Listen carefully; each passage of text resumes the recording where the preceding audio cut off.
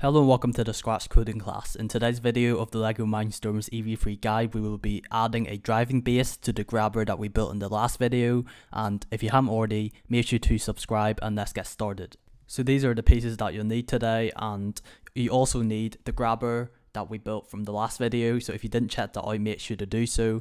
And just to clarify, there are 22 of these black friction pins, and all the other pieces are very straightforward, so let's just get building. The first step is to build a driving base. So you want to get an H-frame, put 2 pins over here, and then you want to add an O-frame, like so, and then repeat the exact same to the other side. There we go. And then you want to add another H-frame, so you're going to need 4 pins for that in these places. And then we can simply just add that, and then this is going to be our foundation to add our motors in, and we'll do the motors now. We need to add the wheels first. This is very easy, we've done this so many times. So remember, it's like that, and then it shouldn't be all the way in. Just pull it out a bit, and then we need to add our wheel. That's one of the motors. I'll do the other one myself. So now we've done that, we need to flip our driving base and our motors upside down like this, so it's going to be a bit easier. And then what we need to do is we need to add our motor over here.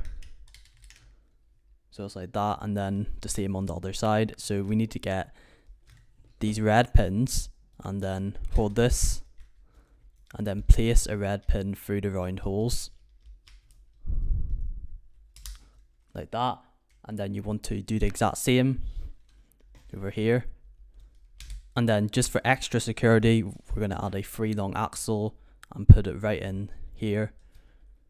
And then this motor is securely attached, it can't move. We need to repeat the same to the other side.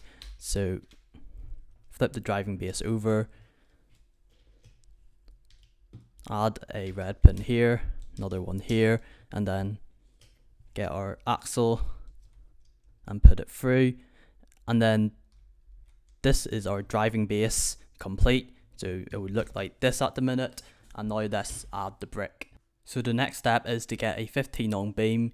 You want to add a blue pin here at the back and then add a black pin at the front, and then put that in like so, and then repeat the same to the other side.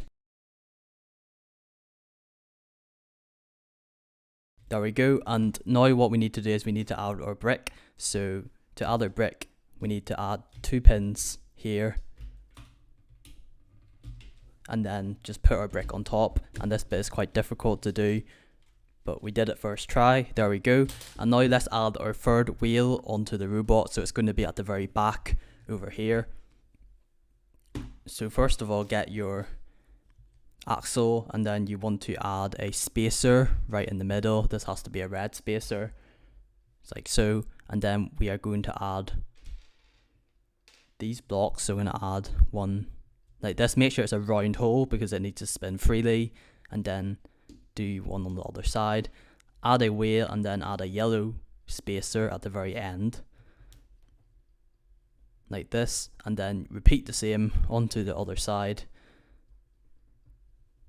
like so. And then get these pieces, you need to add them so it's facing upwards, and then at the very back we simply just put it here in these 2 slots, and then that is our base for driving complete.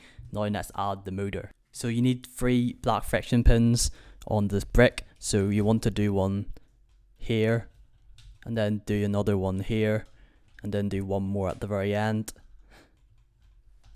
like so. And then you need to add a 13 long beam, so it's out pointing like that, and then repeat the exact same onto the other side.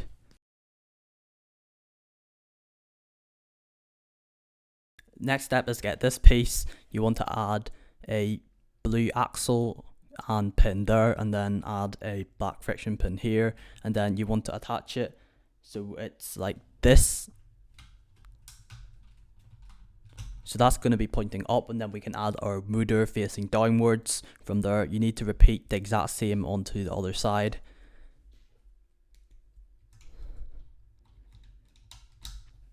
There we go. And next we need to get our motor. So I have it right here. And then we need to add these pieces.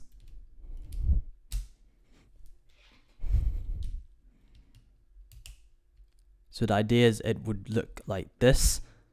And then we need to get our 5 long beams, put them through the middle 2 holes.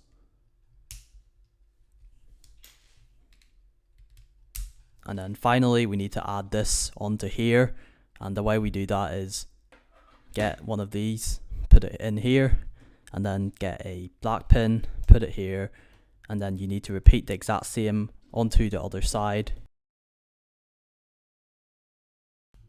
And then finally we need to add this on. So the bottom holes go in, and then that is our robot complete. So I'm going to give the motor a quick test. So we need to do motor A, turn that way, and that makes it go in, and then if we make it go out again, there we go. And now we're going to create a program that makes the robot move forward, grab the tire, move back, and then maybe release the tire. Okay, so first thing, when green flag clicked, we need to broadcast, and I might just call this a new message, call it forward. So broadcast it forward and wait, and the reason why we need to wait is we need to wait for the message to finish moving forward before we start grabbing the object. So let's just program the message right now. Very quick and very easy. So motor B, I'm going to set the power to like 40%, and then I'm going to move it for around 0.85 seconds. It really depends on the distance to the tire. Duplicate this, and then we need to do that to motor C. And then that's our forward message complete. And now we need to grab. So to grab, simply do this. And then I think we'll do 0.9 seconds, see if that works. And then what we need to do is we need to broadcast a backward message. So create a new message, and it has to be the wait one again. Okay, and then I'm just going to code this backward message. So it's the exact same thing, except we move the motors the other way. So motor B turn for 0.85, and then motor C will also turn for 0.85. And then after we do that, we need to release the grabber again.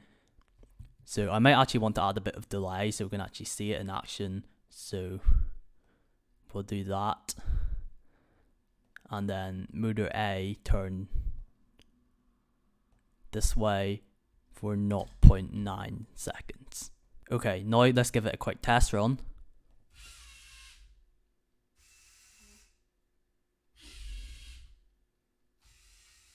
There we go, works perfectly. And that is all for this video, but you can experiment with the driving base. We've done so much with motors in this series, I'm not going to do too much on it, but you could maybe create an obstacle course, make the robot move an obstacle course, create a series of objects for the robot to grab, and you could even probably use the color sensor and the touch sensor if you just add that to the robot. But that's going to be it for today. I hope you enjoyed it. Make sure to leave a like and subscribe, and I'll see you in the next video. Bye for now.